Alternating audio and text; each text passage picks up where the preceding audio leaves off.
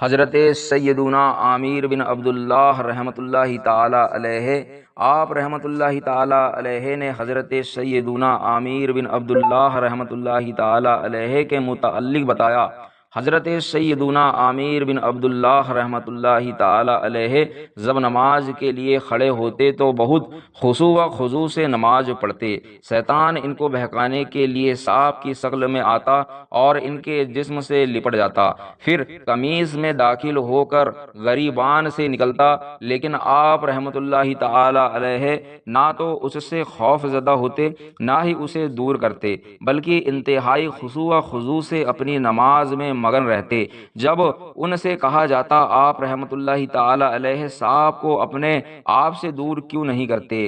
کیا آپ کو اس کے ڈر نے نہیں لگتا، تو آپ رحمۃ اللہ تعالی علیہ فرماتے ہیں مجھے اس بات سے حیا آتی ہے کہ میں اللہ عز و جل کے علاوہ کسی اور سے ڈروں۔ پھر کسی کہنے والے نے کہا آپ رحمۃ اللہ تعالی علیہ جتنی محنت و مشقت کر رہے ہیں،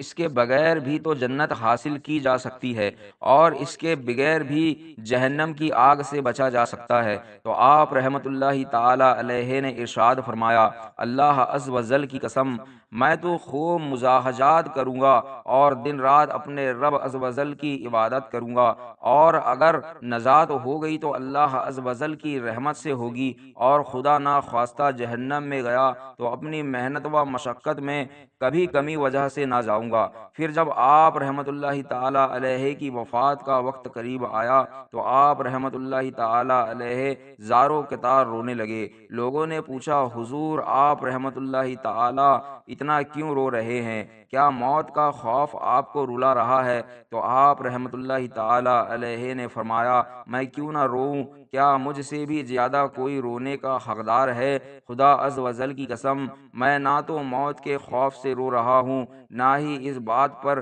کہ دنیا مجھ سے چھوٹ رہی ہے، بلکہ مجھے تو اس بات کا غم ہے کہ میری عبادت و ریاضت، راتوں کا قیام اور سخت گرمیوں کے روزے چھوٹ جائیں گے۔ پھر کہنے لگے اے میرے پاک پروردگار عز و جل، دنیا میں غم ہی غم اور مصیبتوں کی مصیبتوں ہے، اور آخرت میں حساب و عذاب کی سختیاں، پھر انسان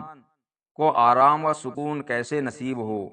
اللہ عز و جل کی ان پر رحمت ہو اور ان کے صدقے ہماری مغفرت ہو۔ صلو علی الحبیب صلی اللہ تعالی علی محمد۔